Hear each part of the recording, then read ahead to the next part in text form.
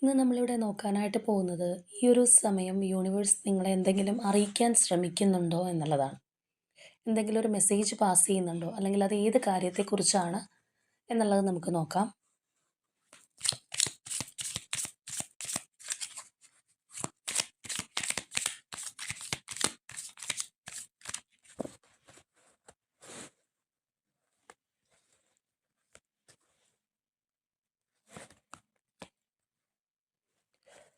Six of wands, nine of wands,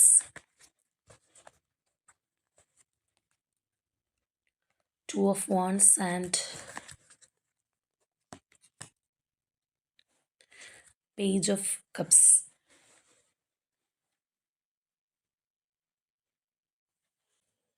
ഇവിടെ universe പറയുന്നത് നിങ്ങൾ ഏതോ ഒരു കാര്യത്തിന് വേണ്ടിയിട്ട് വളരെയധികം സ്ട്രഗിൾ ചെയ്തിട്ടുണ്ട്, കഷ്ടപ്പെട്ടിട്ടുണ്ട്, ഒരു ആശ്രാന്ത പരിശ്രമം നിങ്ങൾ നടത്തിയിട്ടുണ്ട്.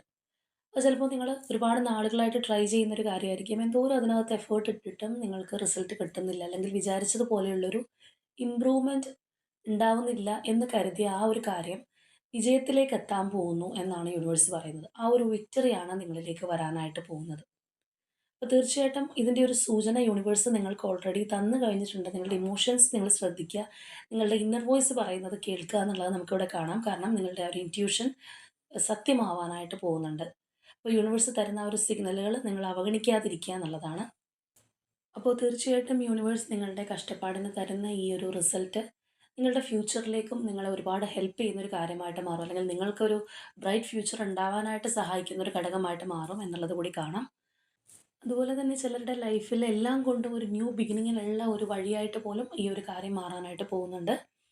അപ്പോൾ തീർച്ചയായിട്ടും ഈ ഒരു പോസിറ്റിവിറ്റി നിങ്ങളിലേക്ക് വരുന്നതിനായിട്ട് ഈ ഒരു എനർജി ക്ലെയിം ചെയ്യുക, യൂണിവേഴ്സിനോട് ഗ്രാറ്റിറ്റ്യൂഡ് അറിയിക്കുക.